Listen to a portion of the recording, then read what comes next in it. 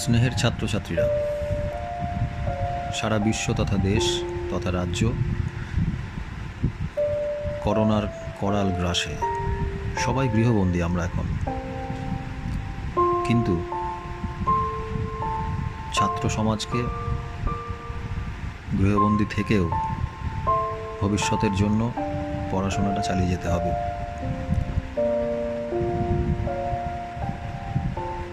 বিশেষ করে ক্লাস 10 এবং ক্লাস 12 এর ছাত্রছাত্রীদের কোনো মতেই পড়াশোনা বন্ধ করলে চলবে না। আমি জানি তোমরা কেউ পড়াশোনা বন্ধ করছো না, তবু স্কুলে ক্লাসে যেভাবে আমরা পড়াশোনা করি সেটা তো এই মুহূর্তে হচ্ছে না। তাই একটু ক্ষুদ্র প্রয়াস তোমাদের সকলের জন্যই। ক্লাস 10-এর আজকে আমি রাসায়নিক বন্ধন এই চ্যাপ্টারটি খুব সংক্ষেপে একটু বোঝানোর চেষ্টা করব। প্রথমবার এরকম ভিডিও বানাচ্ছি, হয়তো অনেক ভুল ত্রুটি থাকবে, কিন্তু আমি ছাত্রছাত্রীদের বলবো, ভিডিওর ভুল ত্রুটি না খুঁজে তোমরা যে বিষয়টা আমি পড়ানোর চেষ্টা করছি, বোঝানোর চেষ্টা করছি, সেদিকে একটু মন দিও।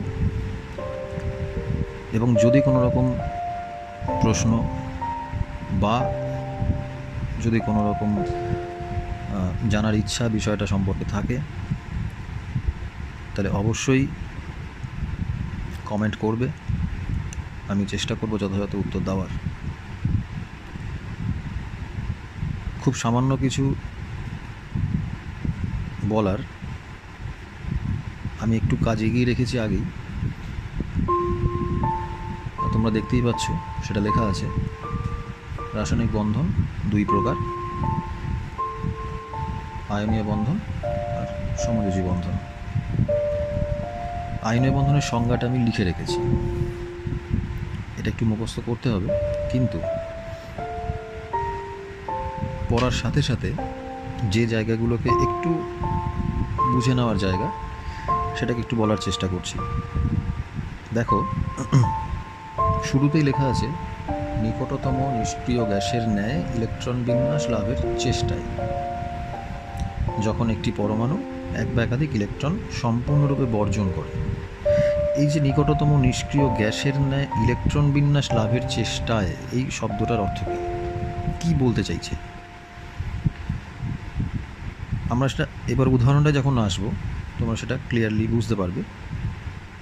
তার আগে একটু জেনে নিই আমরা, নিষ্ক্রিয় গ্যাসের মতো ইলেকট্রন বিন্যাসের লাভের চেষ্টা, অর্থাৎ পরমাণু ইলেকট্রন ত্যাগ করছে বা গ্রহণ করছে, বা পরবর্তীতে আমরা সমযোজী বন্ধনে দেখব যে জোড় গঠন করছে। অর্থাৎ যৌগ তৈরি করতে গেলে একটা বিশেষ কিছু ঘটনা ঘটছে পরমাণুগুলোর মধ্যে, ইলেকট্রন ত্যাগ হচ্ছে, অথবা ইলেকট্রন গ্রহণ হচ্ছে, অথবা জোড় তৈরি করা হচ্ছে যৌগ তৈরি করতে যাওয়ার জন্য। উদ্দেশ্য কি? প্রত্যেকটি পরমাণুর উদ্দেশ্যই হচ্ছে তার নিকটতম নিষ্ক্রিয় গ্যাসের মতো ইলেকট্রন বিন্যাস কীভাবে লাভ করা যায়। আমরা জানি নিষ্ক্রিয় গ্যাসের ইলেকট্রন বিন্যাস কীরকম হয়। হিলিয়াম ছাড়া বাকি সমস্ত নিষ্ক্রিয় গ্যাসেরই সর্ববহিস্থ কক্ষে 8টি ইলেকট্রন থাকে। অর্থাৎ বাকি যে সমস্ত পরমাণু রয়েছে তাদেরও লক্ষ্য হচ্ছে তাদের শেষ কক্ষে হিলিয়াম বা অন্যান্য নিষ্ক্রিয় গ্যাসের মতো 2 অথবা 8টি ইলেকট্রন তাদের সর্ববহিস্থ কক্ষে প্রতিষ্ঠিত করা। কেন? খুব সহজভাবে যদি আমরা দেখি, নিষ্ক্রিয় গ্যাস, নিষ্ক্রিয় কথাটার মধ্যেই কিন্তু এর উত্তর লেখা আছে। নিষ্ক্রিয় মানে কি? যে কোনো ক্রিয়া করে না। একটু যদি আমরা সামাজিকভাবেও ভাবি বিষয়টাকে, তাহলেও তোমরা বুঝতে পারবে যে প্রতিটা মানুষ বা প্রত্যেকেই আমরা কি চাই। আমরা কিন্তু সবসময় চাই যে যদি কোনো কাজ কর্ম কিছু না করে নিষ্ক্রিয় থাকা যায় এবং সেভাবে জীবনযাপন করা যায়, এটা খুব আরামের ব্যাপার আর কি, খুব নিশ্চিন্ত জীবন। কিন্তু সেটা হয়তো আমরা পেরে উঠি না, কিন্তু সুযোগ পেলে সেটাকে ছেড়েও দিই না। নিশ্চিন্তে জীবন কাটাতে আমরা সবাই চাই, ঝুট ঝামেলা ছাড়া, কোনো রকম কাজ ছাড়া, যদিও সেটা সম্ভব নয়। ঠিক সেরকমই নিষ্ক্রিয় গ্যাস, এই যে 8টি ইলেকট্রন তার সর্ববহিস্থ কক্ষে আসছে, সেই 8টি ইলেকট্রন পাওয়ার সাথে সাথেই সেই পরমাণুটি অন্য কোনো পরমাণুর সাথে বিক্রিয়া করার মতো অবস্থায় আর থাকে না। অর্থাৎ সেটা নিশ্চিন্ত জীবনযাপন করছে। বাকি পরমাণু কিন্তু সেটা পারে না, তারা বিক্রিয়ায় অংশগ্রহণ করতে বাধ্য হয় জাস্ট নিষ্ক্রিয় গ্যাসের মতো বিন্যাস পাওয়ার জন্য। তাদের লক্ষ্য এটাই, যদি নিষ্ক্রিয় গ্যাসের মতো একটা ইলেকট্রন বিন্যাস পেয়ে যাই তাহলে তো আমাকে আর কোথাও বিক্রিয়া করতে হবে না। এভাবেই বিভিন্ন পরমাণু বিভিন্নভাবে ইলেকট্রন ত্যাগ, গ্রহণ বা জোড় গঠনের মাধ্যমে নিষ্ক্রিয় গ্যাসের মতো ইলেকট্রন বিন্যাস লাভ করতে চায়, এবং যখনই সেটা সে পেয়ে যায় তখন কিন্তু সে একটু নিশ্চিন্ত জীবনযাপন করে। সেরকমই একটা পদ্ধতি আয়নীয় বন্ধন, যেখানে আমরা দেখব একটি পরমাণু একটা বা একাধিক ইলেকট্রন সম্পূর্ণরূপে ত্যাগ করবে তার সর্ববহিস্থ কক্ষপথ থেকে, অপর একটি পরমাণু তার সর্ববহিস্থ কক্ষপথেই সেই ইলেকট্রন, এক বা একাধিক ইলেকট্রন গ্রহণ করে নেবে। এবার আমরা জানি ইলেকট্রন ত্যাগ করলে কোনো একটি পরমাণু যখন ইলেকট্রন ত্যাগ করে কী হয়, সে একটি ক্যাটায়নে পরিণত হয়। আর যখন কোনো একটি পরমাণু ইলেকট্রন গ্রহণ করে তখন সেটি অ্যানায়নে পরিণত হয়।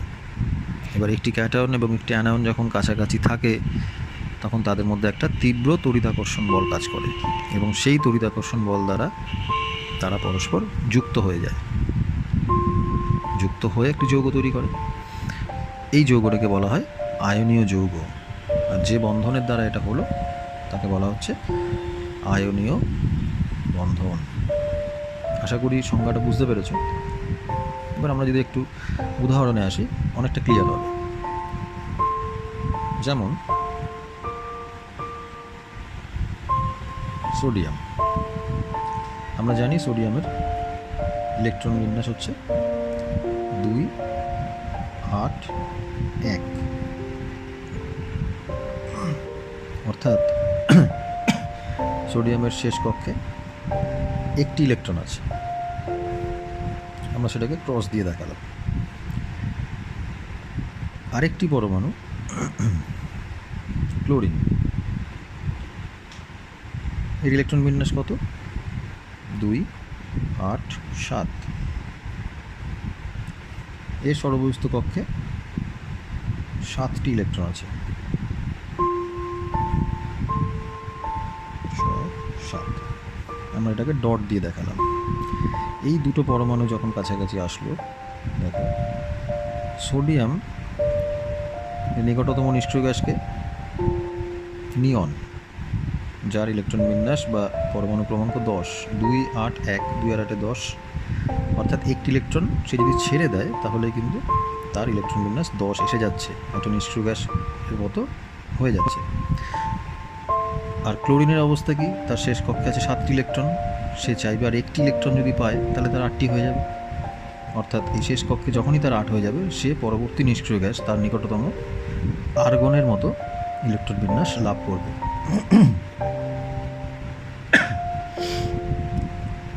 এই যে সোডিয়াম সম্পূর্ণরূপে ইলেকট্রনটা তাহলে ওকে দান করলো, সম্পূর্ণরূপে ছেড়ে দিলে ওর হবে 10 টোটাল, শেষ কক্ষে 8টি, আর ক্লোরিনের হয়ে যাচ্ছে শেষ কক্ষে এই একটা পলে 7 আর 1 8। তাহলে নেক্সট পিকচার কি আসবে? সোডিয়াম ইলেকট্রনটা ছেড়ে দিয়েছে, অর্থাৎ ক্যাটায়ন তৈরি হয়েছে। যে কটি ইলেকট্রন ছাড়বে সে কটি প্লাস চিহ্ন দিতে হবে, এটা আমরা জানি। তাহলে এই ক্যাটায়নটা সিঙ্গেল প্লাস, যেহেতু একটি ইলেকট্রন ত্যাগ করেছে, একটি ক্যাটায়ন, একটি প্লাস।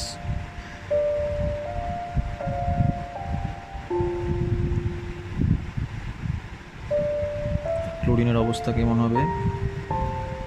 1, 2, 3, 4, 5, 6 এই 7টা ছিল, এটা এলো, অর্থাৎ একটা অ্যানায়ন তৈরি হলো, একটা ইলেকট্রন নিয়েছে, এই জন্য একটি মাইনাস চিহ্ন। তাহলে একটি ক্যাটায়ন এবং একটি অ্যানায়ন এবার কাছাকাছি রয়েছে, তাহলে এদের মধ্যে একটা তড়িৎ আকর্ষণ বল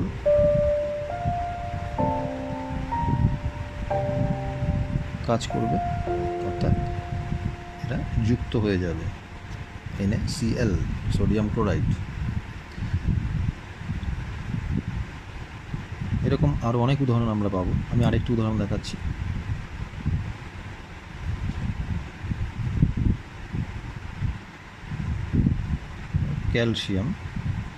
ক্যালসিয়ামের পরমাণু ক্রমাঙ্ক হচ্ছে 20, অর্থাৎ 2, 8, 8, 2,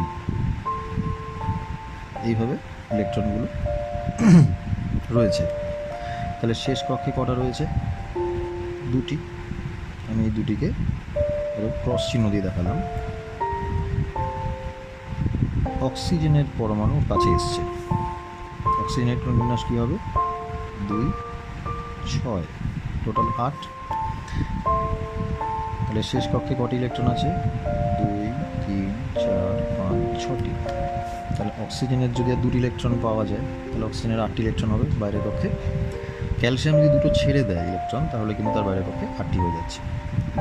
অর্থাৎ এক্ষেত্রে ক্যালসিয়াম দুটো ইলেকট্রনকেই ত্যাগ করবে সম্পূর্ণরূপে অক্সিজেনকে। তাহলে ক্যালসিয়াম যখন দুটো ইলেকট্রন ত্যাগ করেছে, তাহলে এটি 2+ ক্যাটায়ন তৈরি করবে, এবং অক্সিজেন 1, 2, 3, 4, 5, 6টি ছিল, 7 নম্বর 8 নম্বর ক্যালসিয়ামের থেকে পেয়েছে। তাহলে 2 মাইনাস অ্যানায়ন তৈরি করবে যথারীতি। এবার এদের মধ্যে আবার তড়িৎ আকর্ষণ বল কাজ করবে এবং ক্যালসিয়াম অক্সাইড নামক যৌগটি তৈরি করবে। এই হচ্ছে সিম্পল প্রসেস। আমরা এটাকে ইলেকট্রন ডট গঠন বলি। যে কোনো যৌগের একটি ইলেকট্রন ডট গঠন পরীক্ষাতে প্রশ্ন আসতেই পারে। সেখানে আমরা এভাবে কীভাবে তৈরি হলো ডট গঠন এভাবে দেখা দিই, কোনো অসুবিধা নেই।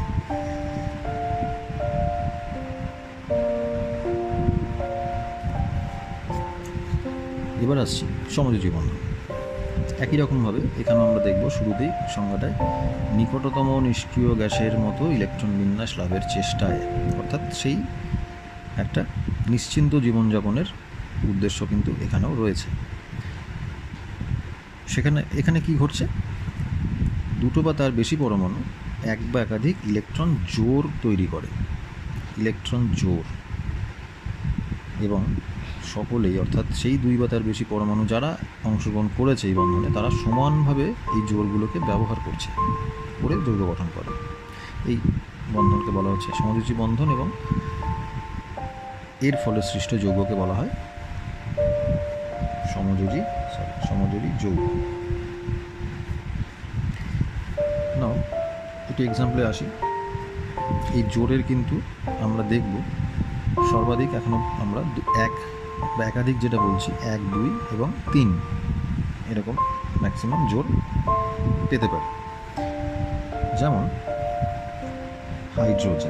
হাইড্রোজেনের অণু, একটি হাইড্রোজেন অণু কীভাবে তৈরি হয়? 2টি হাইড্রোজেন পরমাণু আছে। হাইড্রোজেনের আমরা জানি একটি ইলেকট্রন থাকে, অর্থাৎ সর্ববহিস্থ কক্ষ বা একটি কক্ষ, সেখানে আমরা দেখছি একটি ইলেকট্রন আছে, যাকে আমরা একটা ক্রস চিহ্ন দিয়ে দিলাম। আরেকটি হাইড্রোজেন যারও একটি ইলেকট্রন আছে, সেটিকে আমরা ডট দেখালাম। এখন আগে যেরকম শিখেছি আয়নীয় যৌগের ক্ষেত্রে, হাইড্রোজেনের দরকার নেক্সট যে হিলিয়াম নিষ্ক্রিয় গ্যাসটি আছে তার জন্য একটি করে ইলেকট্রন, দুজনেরই দরকার একটি করে। যদি এই ইলেকট্রনটাকে সম্পূর্ণ দিয়ে দিত, তাহলে এই হাইড্রোজেনটা হিলিয়ামের মতো ইলেকট্রন বিন্যাস পেত, কিন্তু এই হাইড্রোজেনটা শূন্য হয়ে যেত ইলেকট্রন, যেটা ইম্পসিবল। আবার এই হাইড্রোজেনটা যদি ওকে ইলেকট্রন দিয়ে দিত, তাহলে এই হাইড্রোজেনের ক্ষেত্রে কিন্তু আমরা দেখতাম যে ও নিকটতম নিষ্ক্রিয় গ্যাসের মতো ইলেকট্রন বিন্যাস পেয়েছে, কিন্তু এই হাইড্রোজেনটা কী হতো? ইলেকট্রন শূন্য হয়ে যেত। অর্থাৎ আগের যে পদ্ধতি আয়নীয় যৌগের মতো ক্ষেত্রে যেটা দেখেছি, সেটা কিন্তু এখানে আমরা খাটাতে পারছি না। এখানে কি ঘটছে না, এই হাইড্রোজেন ইলেকট্রনটা এবং এই হাইড্রোজেন ইলেকট্রনটা দুজনেই একটা জোড় তৈরি করছে। কিভাবে?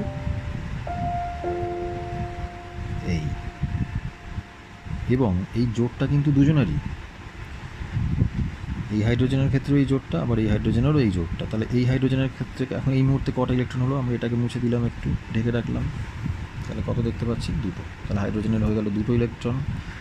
এই হাইড্রোজেনটার ক্ষেত্রে কী হচ্ছে এখন? এই হাইড্রোজেনটারও কিন্তু দুটো ইলেকট্রন হলো, অর্থাৎ দুজনাই নিকটতম নিষ্ক্রিয়গাসের মতো ইলেকট্রন বিন্যাস লাভ করলো। এটাকে আমরা এইভাবেও দেখাতে পারি, অর্থাৎ এই যে চিহ্নটা দিলাম এটা হচ্ছে একটা দাগ দেওয়া হলো, সমযোজী বন্ধনকে এইভাবে দেখানো হয়।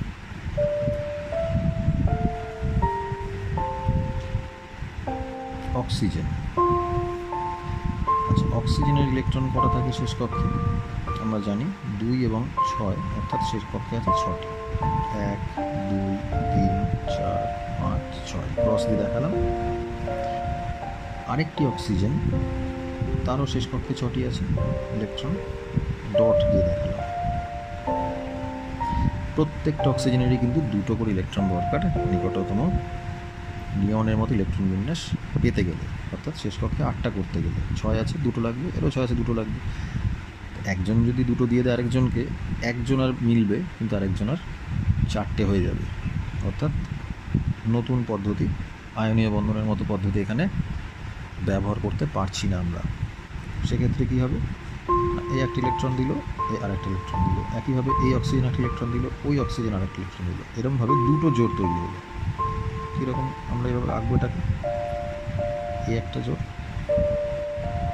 এই আরেকটা জোড়, তাহলে এই অক্সিজেনের আরও 4টে পড়ে আছে, এইখানে যে অক্সিজেনের জোড় তারও কিন্তু 4টে পড়ে আছে।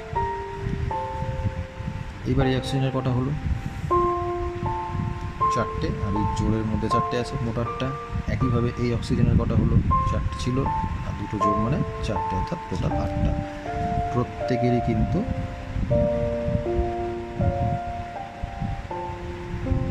ইকুইভ্যালেন্ট সাইন দিলাম এটা, অর্থাৎ এটাকে আমরা এইভাবেও লিখতে পারি।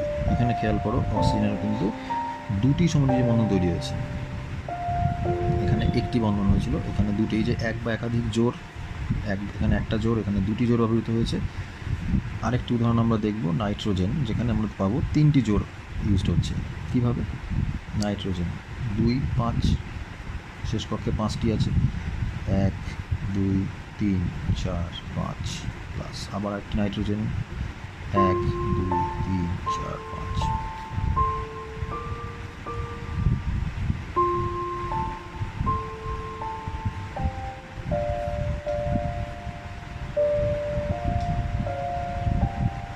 একটি,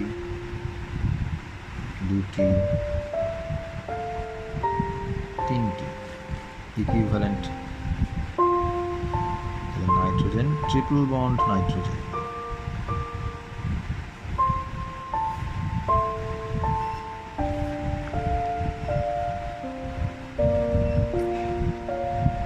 ট্রিপল বন্ড অর্থাৎ এক বন্ধন, দ্বিবন্ধন, ত্রিবন্ধন, 3 রকমের সমযোজী বন্ধন পসিবল। আমরা আরেকটা উদাহরণ দেখি,